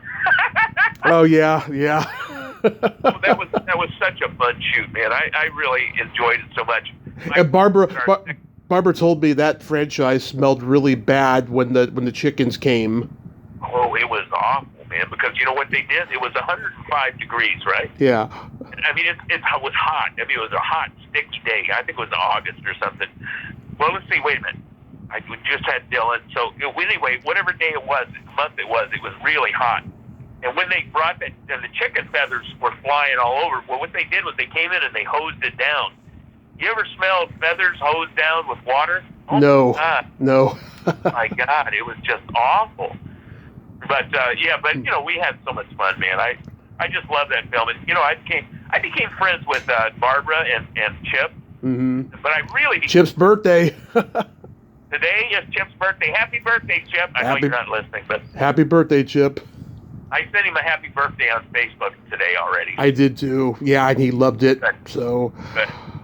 But I became better friends with Lee McCloskey and Sandy Hackett. Yeah. And then Dick Butkus and I became friends too, and I got to go to his house one time up in Malibu, which was really kind of cool. And it's funny because I was working a Survivor job as a courier, and one of my clients was a William Morris agency, and I had some contracts or something to deliver to Dick's house. And I was embarrassed because I thought, man, I don't want him to see me.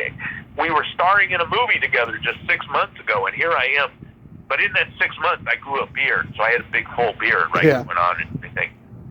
So I've got to deliver these contracts from William Morris, right? And so I ring his doorbell. It's up on the hillside in Malibu and everything. And he opens the doorbell, and instead of looking him in the eyes, I've got sunglasses on, and I've got the full beard on, and I go, delivery for Dick Butkus, please. Like that. He looks at me, and he's got this fuzzy, what the fuck are you doing?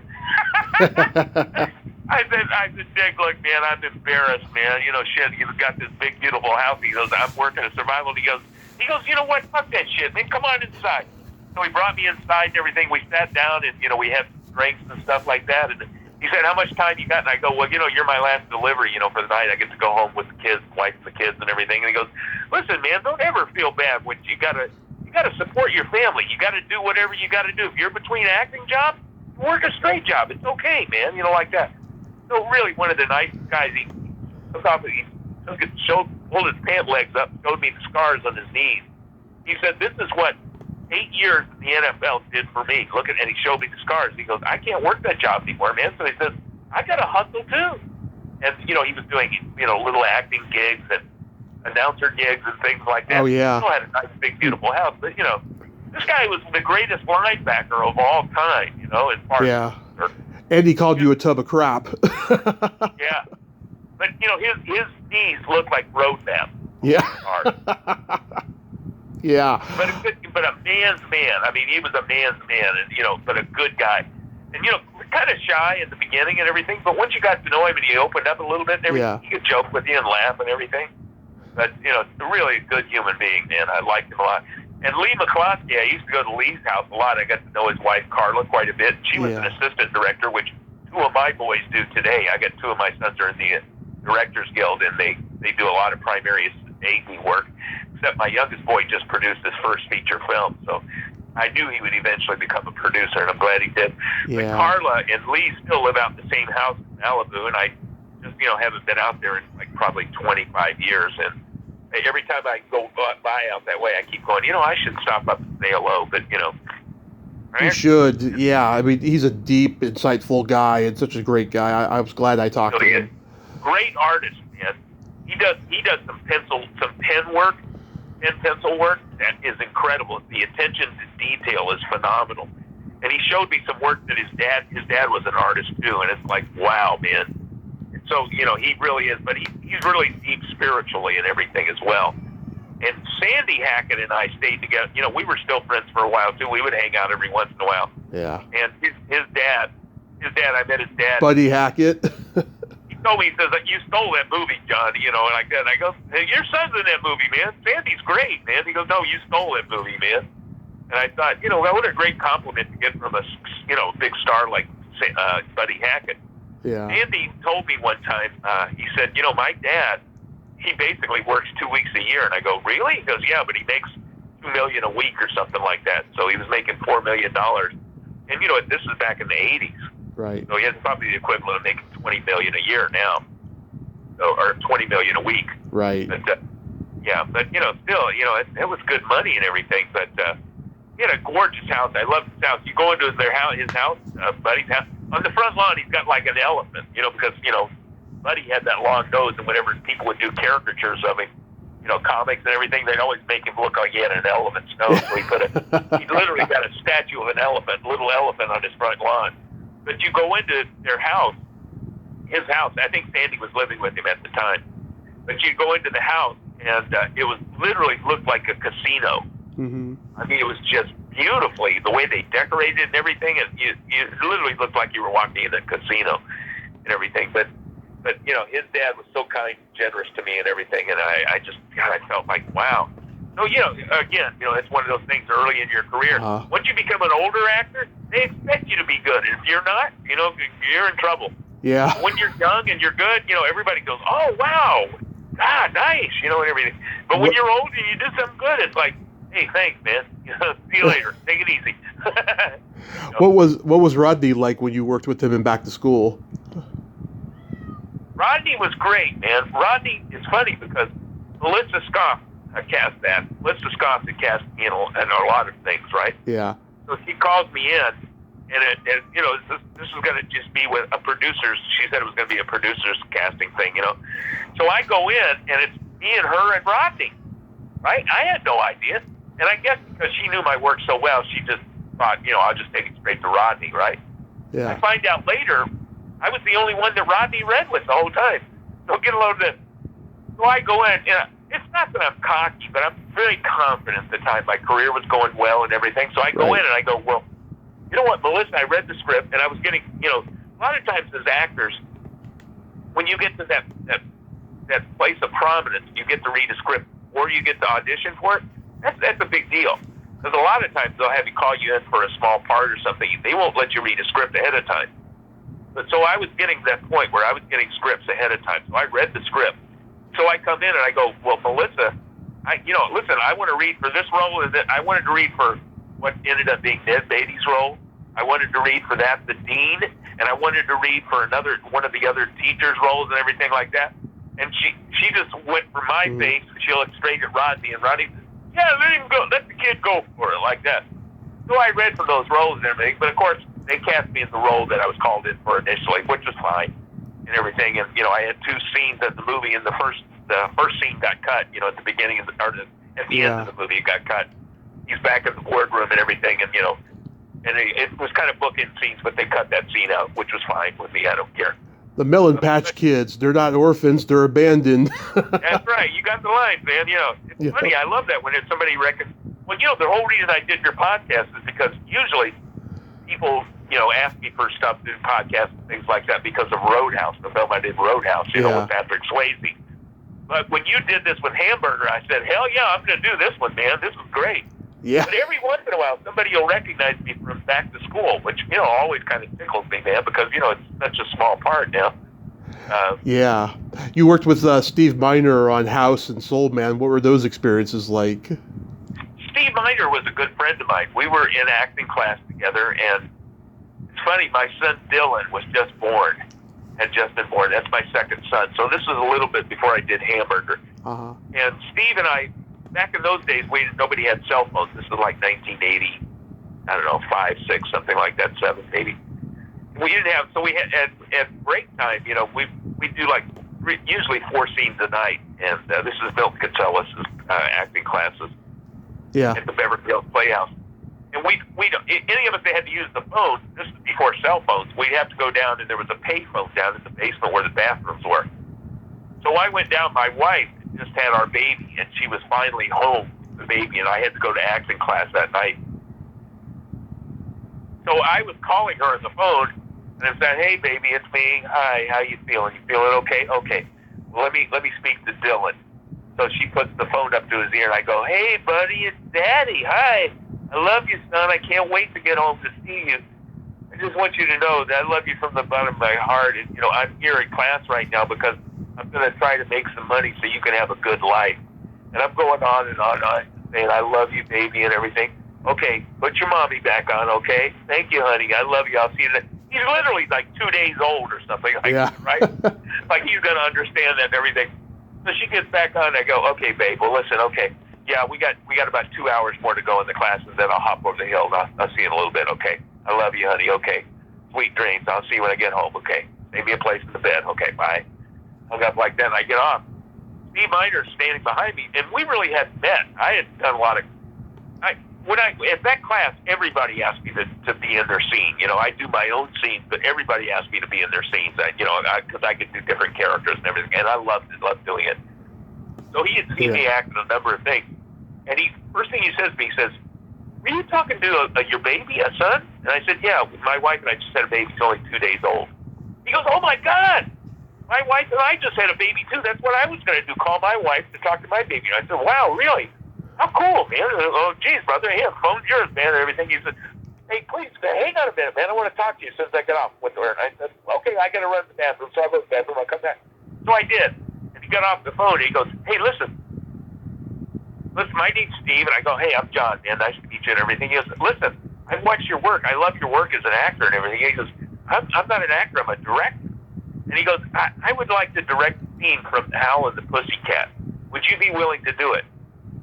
And I said, well, Steve, I know that play really well. I'm not right for that. And the class had about 90 guys in it, and some were famous. Patrick Swayze was in it. Nancy Cartwright and a bunch of other people. Really well-known people. I think. What's her name? Not Linda Hunt. Helen Hunt was in the class for a while. Oh yeah. A bunch of others. I said, there's like 10 guys in this class that are better suited for that role than me, Steve. You should ask somebody that's right for it. And he goes, no, John, you don't understand. I'm getting ready to direct a movie, and I think I would like to maybe cast you, and I'd like to work with you. And I said, okay, I'll do it. And then he said, Amelia Cass is playing the woman role that Barbara Streisand played in the movie. I said, wait a minute, Amelia Cass? And he said, yeah, she used to be married to Terry Cass, the guitar player from Chicago. Oh, I said, I know, she's a beautiful girl. I know she is, okay. So I said, okay, let's do it then, man. So we did that first. Yeah. And then Steve, he cast me in, I don't remember which film it was first. He cast me in one of them like that, and then he cast me in a couple of others. Then he cast me in, what was the one, one about the guy, Thomas C. Howell was in it. Soul Man. What was it called? Soul Man. Soul Man. And he cast me as a banker. I was one of 5 bankers. And, the premise was that he wanted to get into Harvard, but they were only taking people of color at the time. Right. So he was able to figure out how he could become a black person, right, to get in. And that was what he was doing. But before that, he was going to every bank in town trying to get loans to get into Harvard. Right. And so I was one of the bankers, and I'm supposed to turn him down. And then, I go to Steve and I say, Steve, look, I'm your buddy, man. Look, I love having a job. I want to help you and everything. But buddy, all you got to do is one line of dialogue that says that I've been to every banker in town, or he's been to every banker in town. You got one banker, or shoot one banker, and that's it. You don't need to have all five of us. And he goes, no, let's just shoot it anyway, John. We'll have fun. So when we shot it, I did it with black hair. They dyed my hair black, parted it down the middle, and I asked them, I said, give me the thickest Coke bottle glasses that you've got. So they gave me these thick Coke bottle glasses, and we shoot the scene, and I played the character cross-eyed. Yeah. And Thomas Howell says, he sets the scene up, and he goes, Mr. So-and-so, and he's already been to 3 or 4 of the other guys, and he goes, you seem like the most sensible banker that I've ever met in my life, like that. And they shoot a close-up of me, and I'm cross-eyed with the bottle glasses on it and everything. Well, of course, it got cut, as did all the other bankers, and Steve did exactly what I mentioned and everything. Yeah. So I'm cut out of the film. Now, the way the union works, if you're cut out of a movie, you don't get residuals. Right. But a few months later, I start getting residuals for it. So Steve Miner's my buddy. I think he was involved. I think he was directing, but he was also involved as producer somehow, too. He was one of the money guys. So I thought about it, and I thought long and hard, and I thought, Johnny, what is the right thing to do here? And I thought about it, and I thought, you know what? Steve is my buddy. If accounting made a mistake with me, they probably made a mistake with those other 3 or 4 bankers and probably other people in the movie that got cut out. Mm-hmm. That's money out of his kids' pockets. So I called him up and I said, hey, Steve, listen, man, I want to talk to you about this because I want to do the right thing here and everything. I said, I'm cut out of the movie, man. I wanted you to know because I know that's money out of you and your other producers' pockets and everything, and I think it's the right thing to do. So just let you know, man. And there's a pause for a second, and he goes, John. And I go, what? He goes, I left you in, man, because I wanted you to get residual money so you make sure you make your health insurance for you and your kids, your family. Oh. I almost cried, man. Yeah. But when Steve would hire me on other jobs, man, no matter what it was, I would say yes. And he said, you're my lucky charm, man, because since you've been doing little small parts in my movies and everything, I've been started having success. And so it's kind of like the relationship we had. But, yeah. Now, you asked me which about House first or... Yeah, House. House was fun. Believe it or not, that movie was developed. And Steve asked me to come in and be the actor that they were going to develop the character around. Mm-hmm. Well, when it got time to cast, and so what was happening was the writer, Ethan Phillips, I think, no, it was Ethan, no, what was his name? I can't remember. The writer's name. Ethan Wiley, I've had him on. Yeah. Ethan Wiley was doing rewrites on it, right? And so we would get together and meet, like, I don't know, once a week or twice a week or something like that. And we would read his rewrites, like a table read and everything. So I'm reading this one character all the time and everything. And Steve is kind of, I don't know if he was, I just kind of, I was just kind of told, maybe Melissa, I know, one of them said, we're writing this part for you as an actor. And I'm thinking, okay, this is great, man. Well, when we get ready to shoot and everything, Sean Cunningham comes on as a producer, and Sean says, no. John, we cannot cast John. We have to have a bigger name. George Wendt had just done, he had been nominated or won his second Emmy for Cheers. So they cast Cheers. They cast him as the character I was supposed to play. Uh-huh. And then Steve said, well, listen, Johnny, you got to still be in my movie, man, because you're my good luck piece and everything like that. So he said, well, how about playing this guy, that wants to get an autograph. Mindy Sterling is going to do it. She's going to play one of them. And she said, you're going to be one of them like that. And you got to just come in for me, man. Do it. And I said, buddy, you're my friend, man. Of course I'll do it for you. So I did. I did it for him for that reason. But, I got, when we had the brat party at Steve's house in his backyard, as a matter of fact, he put me and my wife at the table with George Wendt and his wife, and Bernadette and I were old friends. Bernadette was a wonderful actress as well, and did a lot of improv. In fact, I think she might have been in that class I was telling you about that Patrick Swayze and Nancy Cartwright and I were all in. And Edie McClurg was in that class as well. Donovan Scott was. Oh, yeah. And so, so anyway, we sat there together, and Bernadette, of course, and I were talking the whole time. George was, just hardly even talked. He was just really, really quiet. I met him once. He was very quiet. Yeah. In fact, do you know who their nephew is? Who? Ted Lasso. Oh, okay. That's their nephew. Yeah. Wow. What are the odds?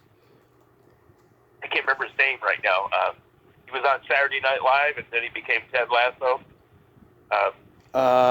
Yeah, I know who you're talking about. Oh, Jason Sudeikis. Yeah, just Jason Sudeikis, and he was so good in Horrible Bosses, man. That's another film that is so underrated. Funny movie. Yeah, I've had Mindy on. She's very funny, and I met C. Thomas Howell once at a convention. A great guy. Actually, a couple times. He's a great guy. Oh, okay. And James Earl Jones was on that film too. Oh yes, he was. Yes, James Earl Jones, Ray Don Chong, gorgeous woman. Yeah. Some good people, man. Yeah, Steve has done some good work over the years and everything. I miss him too, man. I should probably try to hook up with him again too and see him again.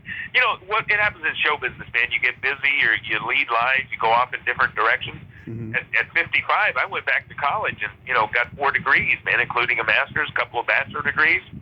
And I became all about academia. In fact, I turned down some jobs. I was offered jobs, and I said, no, man, I'm sorry. I got a paper due. Sorry, dude. Yeah. Dude, no, seriously. That's what I did, man. Yeah. And then I get out, and I get all these damn degrees. I got a master's degree by 62, and then realized nobody wanted to hire an old guy with a bunch of degrees. True story. Mm-hmm. You know why? Because insurance. Because they figure an old guy like me is going to use their medical insurance. And you know what? They're right. I would have. And so, they'd rather go with a young guy. I was trying to become a professor at universities. And I would go in and I would see them looking at my resume and nodding, like approval. Then they look up and see that I was like 60, mid-60s. And they were like, I could see, they didn't even have to tell me. I could see it in their face. Oh, my God, it's an old guy. Yeah. Which is fine, man. It is what it is. I get it, man. That's what life goes on, right? Absolutely. Anyway. You have a quick story about a Frankenstein General Hospital? Well, what's his name who just passed away this last year? That was his first movie, I think. Oh, Leslie Jordan, such a talented guy. Oh my God. Oh, yeah, so talented and so funny. And you know what? He basically always plays himself. That's yeah. That's exactly the way he is. Yeah. But he doesn't have to be anything else. Right. He's literally one of those guys that his persona so strong that he doesn't have to play characters. I'm a character actor, man. I do characters because I love doing that, right? I can get out of being Johnny. I could just be a character, and that's what I do, right? But Leslie could play himself in anything and just have people rolling on the floor. And he was hysterical. The guy who played the Hunchback, I'm trying to remember his name now. Well, Leslie was Iggy, so he's kind of like an Igor type of character. But there was actually a guy that played the monster. Yeah. Oh God, what's his name? He died. Irwin Keyes. Irwin Keyes and I became friends after a while, and he did another movie where The Long Goodbye. Yes. The remake with I can't remember who it was, but he played the guy that was trying to get the Christopher Marlowe character. Right. To look for his girlfriend. I can't remember what the Raymond Chandler movie. Raymond Chandler wrote. Oh yeah, the Robert Altman movie with Elliot Gould. Yeah. Yeah, right. Exactly. That was Irwin Keyes. Irwin really, he was an interesting cat too, man. But he literally looked like Lurch, except that he wasn't that tall. He was only about 6 foot, 6'1", maybe. Yeah. Yeah. But he was thick. You'd shake a hand with him, and it was like shaking with a catcher's mitt, man. I was like, holy crap. Jesus. Wow, man. And Deborah Romar directed. She's got like her own production company now. I was thinking about reaching out to her. What's her name again? Deborah Romar. She's the director of Frankenstein General Hospital. Right, yeah. I didn't get to know her that well, but I didn't know she was still around. That's good to hear, though. That's good to hear, man, because she was very brave. Every once in a while, somebody will call me up and they'll ask me about it. In fact, somebody invited me to come to a horror festival. Oh, yeah. And I said to them, and it was literally, they wanted me to come and be like a guest speaker and all this kind of stuff. And I said, well, I played little small parts in a couple of horror films and everything like that. and they said, they mentioned Frankenstein General Hospital right away, and I said, yeah, I said, but it's just a small doctor role. I'm very small in it. It's not a big role. And then they said, and then they mentioned, what was the other one? House. Yeah. I said, yeah, I have a really small. I said, now I know that script inside out probably, but I just, I'm just a small part. And they go, well, you qualified because you did one of the leads in Roadhouse. And I said, well, okay, well, thanks, yeah, but I said, but this is for like a science fiction festival. And I said, well, okay. But then when I said, well, okay, but you're going to pay for my plane fare out and back, and you got to put me in a hotel and everything like that.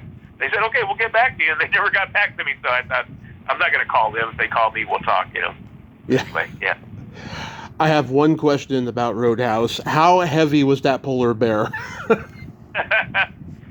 the funny thing was, originally, that was supposed to be a grizzly bear. And actually, originally, we'll go even further back. Originally, in the script, my character gets hit over the head by a pool stick, and I'm out for the count. I'm done. That's me for the movie. He's out of the movie, right? Mm-hmm. Yep. But the director, Rowdy Harrington, liked what I was doing so much that he said, hey, man, how would you like for Tinker to live at the end of the movie? And I said, fuck yeah. And he goes, okay, listen, here's what I'm thinking of doing. So we're going to, instead of him dying by the pool stick and everything like that, that we're going to have a scene. Why don't we do this? We'll do a scene where, the room where all the big animals are in. And that was a real house, by the way. That was a real guy that owned the house. It was about a 10,000 square foot house. And his daughter I think she had one line in the movie somewhere. I don't remember which character it was now. But anyway, he said, what we'll do is we'll have you go in there, looking for Patrick's character, for Dalton. And, you'll go in there and you're ready to shoot him and everything, when you get back to the thing and everything. And what we'll do is, instead of you getting hit, with the pool stick and knocked out and everything, we'll have you, shoot the grizzly bear. We'll find a stuffed grizzly bear, and it'll fall on you, and you'll shoot it. And then it'll fall on you and knock you out. And then he said, we'll bring you back at the very end of the movie, and you'll do, Johnny Young magic. And I said, like what? He goes, well, you'll say something stupid like, a grizzly bear fell on me. And I said, oh, okay. And he says, we'll improvise with it. And I said, well, all right, well, let's do it. Yeah, I'm willing to do it, man. That's great. I love it, Steve. Thanks, man. Let's do it. Not Steve. Rowdy. Yeah, Rowdy. Let's do that, man. I love it. So we get ready and we reshoot. They kind of do the rewrites and everything. When you get rewrites, you get different colored pages and everything. Mm-hmm. My book, my script on that one, man, I had so many different colored pages. It was like, wow, man, amazing. But anyway, so we get ready to shoot that scene, and we do the scene and everything. And when we get there, I realize it's not a grizzly bear; it's a damn polar bear and everything. And so nobody says anything to me about it to change or anything. So we get ready to shoot it and everything. And once we do it, and I come back up and I get up and I'm improvising a bunch of different lines. I don't even remember what the hell I said now. Yeah. But at one point I thought, oh, wait a minute. Originally, Rowdy said, say something stupid like a grizzly bear fell on me. And I thought, well, this is not a grizzly bear. It's a polar bear. Yeah. So I just improvised. I said, a polar bear fell on me like that. Yeah. But I don't, there was an emotional thing that I was in at the time, and I knew it was perfect for it and everything.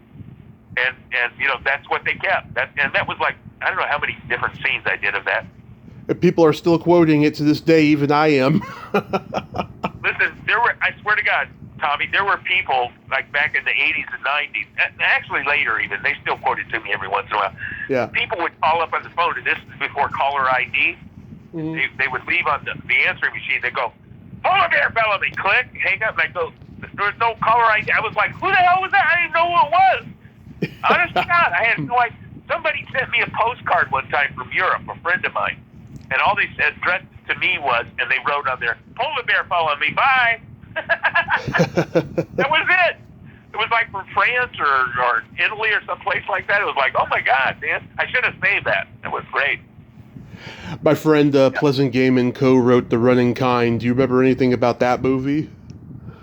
Yeah, well, Lee J. Cobb's daughter was in that movie, Julie Cobb. Julie Cobb, yeah.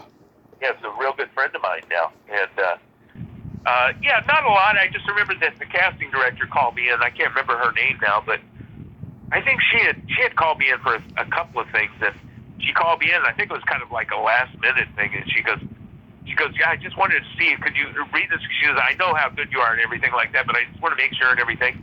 As the engineer, And I remember I met the girls. It was about an all-girls band, if I remember right. Right? Yes. I played the engineer. Yeah. Yeah. And the band was really good. I remember the girl who was maybe one of the lead. Well, what's her name was in it? Who I worked with her dad years later. What's her name? Juliette Lewis. Yes, Juliette Lewis. Yeah, she played one of the main characters in the band. And I worked with her. And years later, I worked with her dad, Jeffrey Lewis, who had worked in a lot of the Clint Eastwood movies. Oh yeah. And I did a movie with him called, what was it? Corey Haim and Corey Feldman were in it. Last Resort. Yeah, Last Resort. That's the last time I got a credit in a movie in the beginning of the movie. I think that's the last one I got, you know. So, but anyway, that was a strange film, interesting film. But I actually brought my son, who at the time I think was maybe 10, 11, 12, 13 years old, to the set. There was a day that was Father's Sunday or something like that, and I asked the producers if I could do that, and they said, yeah. So I brought him to set, and he hung out with me a lot and everything. He got to meet Corey Feldman, Corey Haim. Today, he's in the Directors Guild, and he brought his little brother along and is in the Directors Guild, too. I had no idea this would influence him at all, because we always thought he was going to be like a doctor or a judge or something like that, because he was just such a brilliant student when he was a kid. Yeah. And he played baseball in college, and they asked him to redshirt the next year, and he got kind of depressed about it. He dropped out of college. And it just broke my heart. And after a couple of years of floundering around with jobs and everything, he finally says, Dad, I'm going into show business. I almost cried. It was, Ryan, don't, please. You know, why do you want to do that? Yes, it's great when you're working and everything, but look, there's long times when you don't work, and it sucks. Because you're always, you know, in fact, I think it was he that asked me one day, said when he was a little boy, he said, Dad, what's your job? And I thought about it, and I said, my job's about looking for jobs. That's my job. I look for jobs, you know, yeah, and everything. But you know what? Friends of mine in the business said, you know what? You got to let off of him, man. He's got to find his own way. And you know what? He did. Yeah. And, you know, and he's considered one of the best, you know, ADs in the business now, you know, and first ADs, and I'm really proud of it. God bless him. Now his little brother is an AD also, and he produced his first feature film. Yeah. You know, so I'm proud of him as well. And then my middle son works for a biotech lab and has for like 15 years, and he runs a whole department, you know, so it's funny, when the kids were growing up, one of the things I did, and I kind of took the focus off my career because of my children, I realized that, but I coached over 30 of their teams. Why? Because I thought if I want to teach my kids leadership skills, they should see their dad in a leadership position. Yeah. And you know what? It worked. All three of them are in leadership jobs now. That is wonderful, John. That is just so wonderful. You are blessed. You really are. Tommy, you know, to be honest, man, I should have been at the Comedy Store doing stand-up comedy. I should have been doing plays, shows in town. I should have been accepting, you know, one walk-ons, whatever. And I didn't, because, you know, my kids were more important. Yes. And I'm grateful for that today, and I realize that. And there are times, every once in a while, I'll go, I was at Shane Black's house last night for this party. He lives in a house that literally is around the corner from where Muhammad Ali's house was. And I went to Muhammad Ali's house in the 80s. Ken Norton was a friend. In fact, he was in that same class at the Beverly Hills Playhouse. Ken Norton, the actor, he was also one of the few guys that beat Muhammad Ali as a heavyweight boxer. Yeah. Well, he was a friend of mine. He took me to a party at Muhammad. Actually, it wasn't a party. It was a get-together, but he said it was a party, but it was just a get-together. There was like maybe 15, 20 people there. And so I go with him there, and I meet him. And literally, Shane Black's house is around the corner from Muhammad Ali's old house. And, you know, has more money than God. I mean, it's like, I look at that and I go, wow, man. So that's what I could have had if I would have been such an idiot with my sons, you know, or maybe never had them. And, but you know what? I'm grateful for my life as it is now. I have 3 boys that are incredible. And I'm so proud of them and everything. And, you know, that's the little life we choose. We get to make choices. Absolutely. So do you have anything upcoming you want to mention? Well, you know, I've been a screenwriter for a while, so I optioned 3 screenplays over the years. None of them ever got made. I've got one right now that my manager is shopping around town. It's called Live and Kicking. And I've got a boxing movie that I'm writing with another screenwriting partner. He's like a 30-year-old actor, and his dad was a boxer, and my dad was a boxer. Nice. And I'm a big, big boxing fan. This Saturday night, I went to a big, a bar nightclub place with about 10 guys, and we watched the fight. You know, the Canelo Charlo fight. Mm-hmm. And you know, that's a big part of my blood growing up and everything. You know, watching my dad and my uncle was a boxer also. So we're writing that script together, and I hope we can get that done. And got a couple of people that might be wanting to look at that. So you know, it might be screenwriting. I did do a part like about 3 months ago. I was down in Mexico for about 2.5 months, but right before I went, before the strike, I did a part in the movie. I think it's called the Rap Movie. No, it's not the Rap Movie. What? I don't know. There's nothing of that title on your credits here. Yeah, well, I just shot it, so it's probably not up yet. Yeah. I know. I was one of the few white guys in the movie. It's all black characters, and I want to say rap. It's not rap. Anyway, I play a television host, and I'm interviewing this white music producer who's like a scumbag producer. And, you know, it's just basically one scene in the movie. But, nice. You know, if I told you or not, I've had a bunch of health issues. I've had some brain surgeries and things like that. Yeah. Your health is good now? I mean, you know, it's good. I can walk and talk, and, you know, and sometimes I can remember things, you know. Like, I've forgotten a few things in this interview, but, you know, yeah, I can do that. Believe it or not, I drive better than I walk, and I can write better than I can talk. So I don't know if that makes sense or not, but it does. I get it. Yeah, but it's all good, man. So anyway, I'm doing that. I'll probably continue writing. I'll continue going back to... I've been published as a short fiction writer. That's basically short stories. Mm-hmm. I want to go back to that. I don't think I can be a novelist. I don't think I've got an attention span long enough. Yeah. But I can do short stories, and I'll probably write screenplays because I love writing screenplays. Acting again, I'm not sure if I'll ever act again. You know, at one point I thought I never would, and I've done 2 jobs since then. I played a judge in a movie. Some of the same people that did Coda were involved in that movie. Nice. I can't remember what it's called right now, but it's probably on IMDb. I think it's called What, with a question mark. Oh, yeah, it's called What? You played Judge Moorpark is your name. Yeah, that's right, yeah. Yeah, so I did that about 1.5 years, almost 2 years ago. And then I did this other one, 3 months ago. So, and that's it, since after I've had the last brain surgery. So at one point I thought my range now is, Sling Blade to Rain Man. That's about my range, guys. So, if you want me to do Shakespeare, you got to get another guy, Yeah. All good, though, man. Yeah. John, thank you so much for coming on today. I just think you are completely blessed, and I hope you continue, doing what you do, write your screenplays, act whenever asked, and have yourself a great rest of your day, and be safe out there. Thank you, man. I appreciate it. Happy birthday, Chip. Thanks again, Tommy. All right, John. Bye-bye. Bye. Well, there you have it. John William Young. Ain't he a cool dude? Man, that guy can talk for days, and I could listen to him for days. God, there's so much more we didn't even get into, but we got a third of the surface, and I'm so glad that we got to. He's a great guy. I wish him nothing but the best. Well, until next time, this is Tommy Throwback Kovac saying, there's no shame in living in the past, because the present sucks. Later, dudes!